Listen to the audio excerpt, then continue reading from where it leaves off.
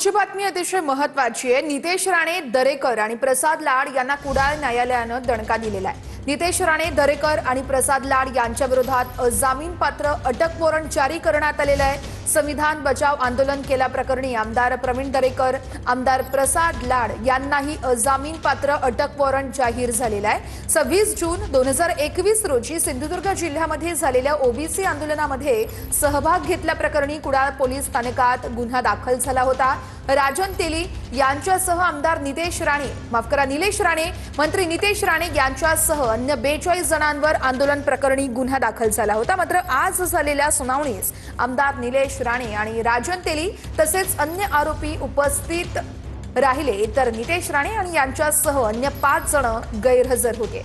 न्यायालयाने अनुपस्थित राहिलेल्या नितेश राणे यांच्या वकिलांचा विनंती अर्ज नाकारत थेट अटक वॉरंट जारी केलेला आहे। मात्र नितेश राणे वारंवार न्यायालयाच्या तारखांना गैरहजर राहिल्यानं या प्रकरणी आता अजामीनपात्र अटक वॉरंटही जारी करण्यात आलेला आहे।